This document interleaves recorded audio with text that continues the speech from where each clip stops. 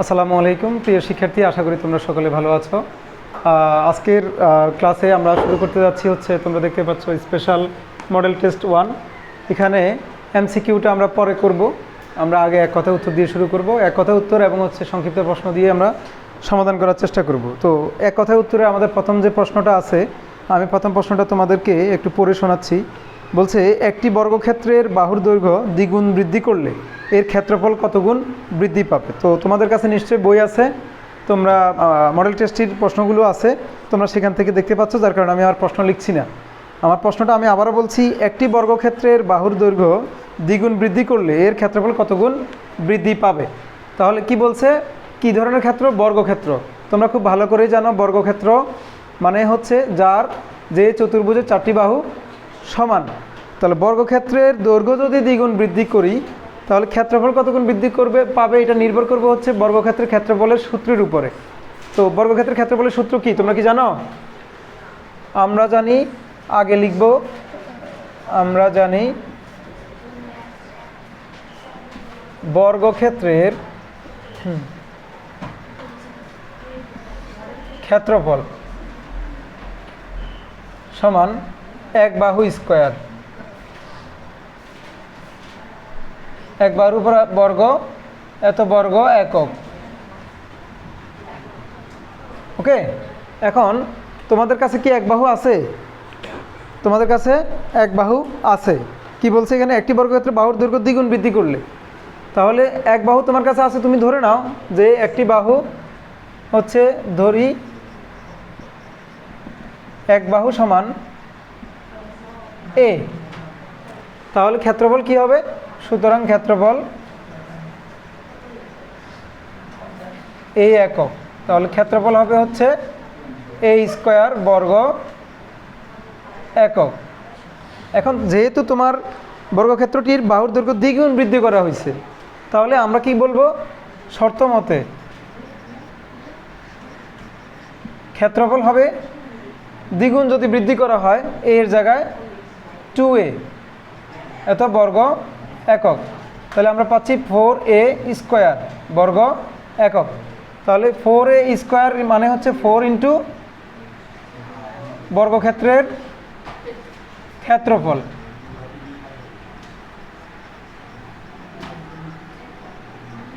তাহলে আমাদের বর্গক্ষেত্রের ক্ষেত্রফলটি কত গুণ বৃদ্ধি পেল? আমরা এই যে এখানে দেখেই বুঝতে পারতেছি, আমাদের বর্গক্ষেত্রের ক্ষেত্রফলটি 4 গুণ বৃদ্ধি পেল। শর্ত মতে ক্ষেত্রফল 4 গুণ বৃদ্ধি পেল। তাহলে আমাদের এক কথা উত্তর অ্যান্সার হবে কি? 4 গুণ। অ্যান্সার হবে কি? 4 গুণ। অ্যান্সার 4 গুণ। ওকে, এবার আসো আমরা পরবর্তী প্রশ্নে যাব। প্রশ্ন নম্বর 17। তোমরা সবাই প্রশ্ন দেখো। 17 নম্বর প্রশ্নে কি বলা হয়েছে? শতগ্রিডের খেলায় প্রতি দলে কতজন থাকে? শতগ্রিডের খেলায় প্রতি দলে কতজন থাকে? শতগ্রিড কি কেউ জানো? উত্তর দাও। শতগ্রিড কেউ জানো?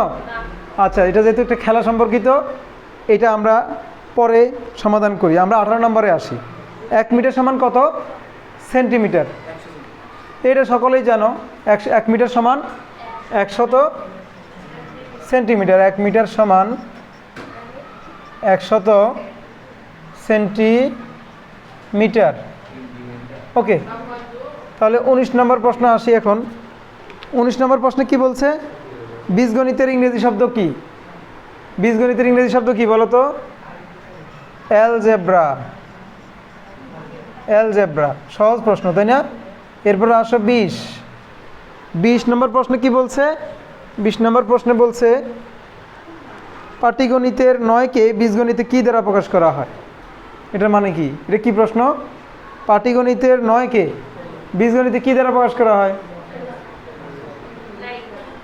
9 দ্বারা প্রকাশ করা হয়। কারণ বীজগণিতে আমরা ইংরেজি ভাষায় লিখি। বীজগণিতে আমরা কি করি? ইংরেজিতে লিখি। অ্যালজেব্রা ডিজিট লেখা হয় ইংলিশে। আচ্ছা, পরবর্তী প্রশ্ন 21। x + 5 = 9 সমীকরণটির মূল কত? তো পরবর্তী প্রশ্ন আমি এখানে লিখতেছি 21 নম্বর প্রশ্ন কি বলছে? x + 5 = 9 সমীকরণের মূল। x + 5 = 9। তো সমীকরণের মূল বের করতে হলে সমীকরণকে সমাধান করতে হয়। 5টা পাশে গেলে কি হবে? দিক পরিবর্তন করলে মাইনাস হবে, তাহলে এক্স এর মান কত হবে? 9 থেকে 5 গেলে 4, তাহলে সমীকরণের মূল হচ্ছে 4। আমরা অ্যান্সার পেয়ে গেছি। পরবর্তী প্রশ্ন 22 নম্বর। 22 নম্বর প্রশ্ন বলছে জিও শব্দের অর্থ কি?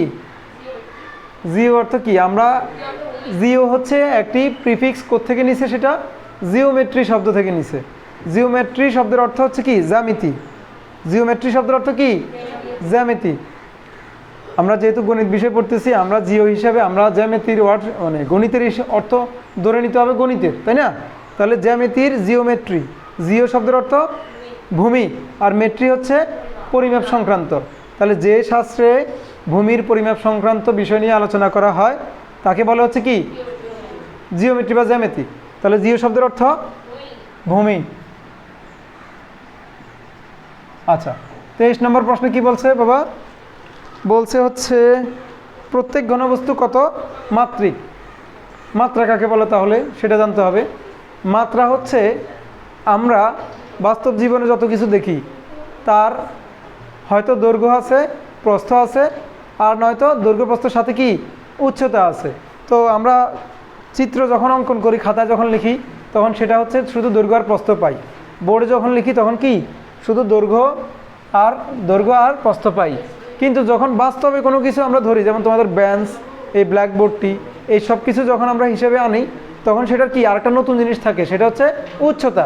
তাহলে যে বাস্তব জিনিসের দৈর্ঘ্য, প্রস্থ এবং উচ্চতা থাকে, এই তিনটি হচ্ছে মাত্রা। এই তিনটা কি মাত্রা, ইংরেজিতে বলে ডাইমেনশন। কি বলে? ডাইমেনশন। যে কোনো বস্তু ত্রিমাত্রিক, যে কোনো বাস্তব বস্তু কি ত্রিমাত্রিক। আর তিনটি মাত্রা কি কি? দৈর্ঘ্য, প্রস্থ, উচ্চতা। তাহলে প্রত্যেক ঘনবস্তু হচ্ছে কত মাত্রিক? 3 মাত্রিক। তাহলে আমরা এখানে লিখব 3 ডাইমেনশনাল। তোমরা 3D সম্পর্কে জানো। আচ্ছা, পরবর্তী প্রশ্ন হচ্ছে 24 নম্বর। 24 নম্বরে আমরা অল্প জায়গা লেখার চেষ্টা করি। 24-এ কি বলছে প্রশ্নে? অহনার বয়স 11 বছর। এটি কি? এটি একটি তথ্য ও উপাত্ত, দুটোই। অহনার বয়স 11 বছর। তবে এখানে একটা বিষয় আছে যে আমরা একটা জিনিস জানছি যখন, সেটা তথ্য, এবং জানার পাশাপাশি যদি সেখানে গাণিতিক সংকেত থাকে সেটা কি উপাত্ত। তাহলে যে তথ্য গণিতের ভাষায় প্রকাশ করা হয় তাকে কি বলে? উপাত্ত। তাহলে তথ্য উপাত্ত দুইটাই কিন্তু এখানে আছে। আমরা শুধুমাত্র অহনার বয়স এর কথা বলে থামিনি, আমরা বয়স কত সেটাও উল্লেখ করছি। তো এখন এখানে যেহেতু এক কথায় উত্তর, তুমি তথ্য দিলেই হবে। ঠিক আছে, ওকে। এবার 25 নম্বর প্রশ্ন কি বলছে? তথ্য। আচ্ছা, 25 নম্বর প্রশ্ন কি বলছে? 2, 3, 5, 8, 10 উপাত্তগুলো কোন ধরনের উপাত্ত? আমি একটু লিখি। 2, 3, 5, 8, 10। এইখানে কয়টি উপাত্ত আছে বলো তো? এখানে উপাত্ত আছে 5টি। এই উপাত্তগুলো, আমার প্রশ্ন হচ্ছে কোন ধরনের উপাত্ত? খুব ভালো করে খেয়াল করো, এগুলোকে মানের ঊর্ধ্বক্রমে সাজানো আছে। অনেক সময় এলোমেলো থাকে, সাজানো থাকে না। কখনো কখনো ঊর্ধ্বক্রমে থাকে, কখনো কখনো অধক্রমে থাকে, মানে বড় থেকে ছোট বা ছোট থেকে বড়। যখন ছোট থেকে বড় থাকে সেটাকে কি বলে? ঊর্ধ্বক্রম। এটা কোনভাবে আছে তাহলে? ঊর্ধ্বক্রম অনুসারে আছে, ঊর্ধ্বক্রমে। তো এই যে ঊর্ধ্বক্রমে আছে, এগুলো হচ্ছে কি উপাত্ত। এগুলো কি উপাত্ত। এই ঊর্ধ্বক্রমে থাকা এই উপাত্তগুলোকে বলবে বিন্যস্ত উপাত্ত।